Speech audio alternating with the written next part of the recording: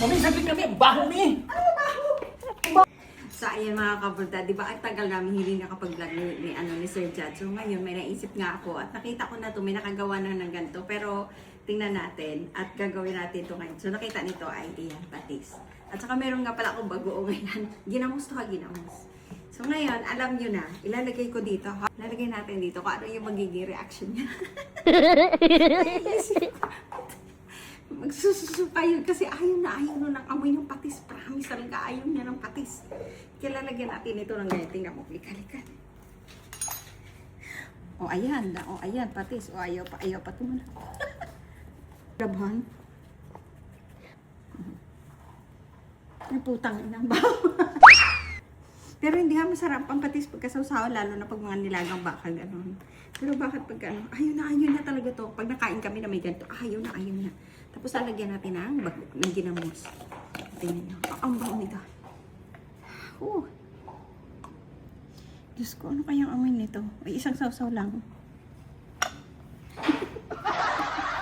Sari ka talaga batang. Si Batang may pakana nito. Eh, ang daday nandun sa labas. Kumabas ng saglit. Hindi ka amoy nga. Siyempre ganito to. Utang na ang poking na bulok. Parang hindi nahugasan 10 taon. Set mo na. Susuot ko to ha. Yan, sa kita.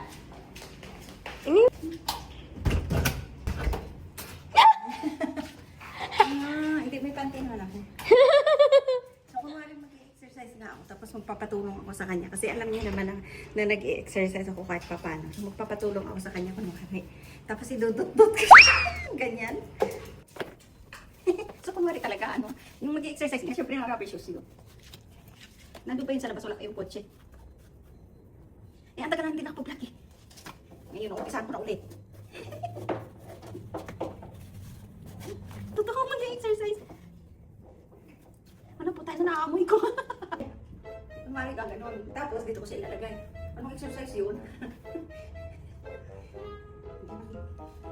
Andyan na. Bibidyo na ka? Andyan na. Bibidyo na ka? Sige, andyan.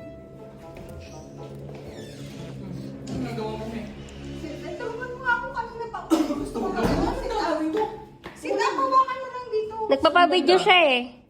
Ay, nag-exercise ako, diba? Gusto sabi mo mag-exercise. Hawakan mo ko dito, magaganon ako. Sa exercise, hindi na kaya ng katawan. Ala, di ba sabi mo na pagtataba ng upo ka dyan? Hawakan mo to. Saan? Ito?